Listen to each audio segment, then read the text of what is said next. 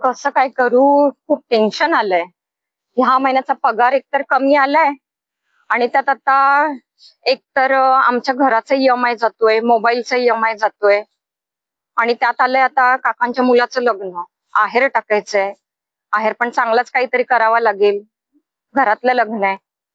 कसं काय बजेट बसवू?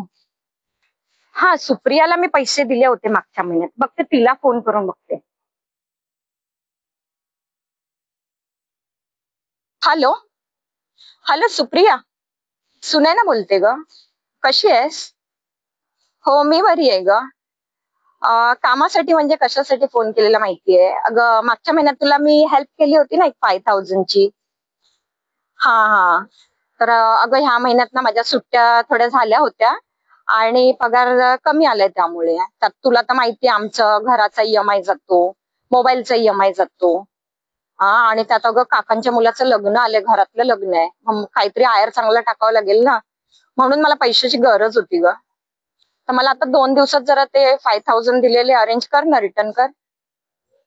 काय म्हणतेस? 1 हफ्त्यात? काकांच्या मुलाचं लग्न आता 2 दिवसात आहे आणि तू 1 हफ्त्यात काय म्हणतेस?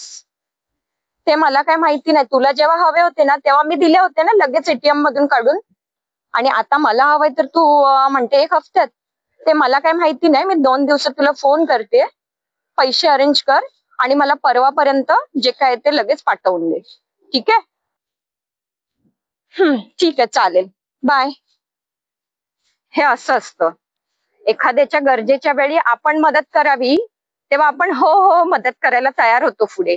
आणि आपल्याला जेव्हा गरज लागते तेव्हा समोरचा आता नाही नंतर देतो, असं तसं करतो.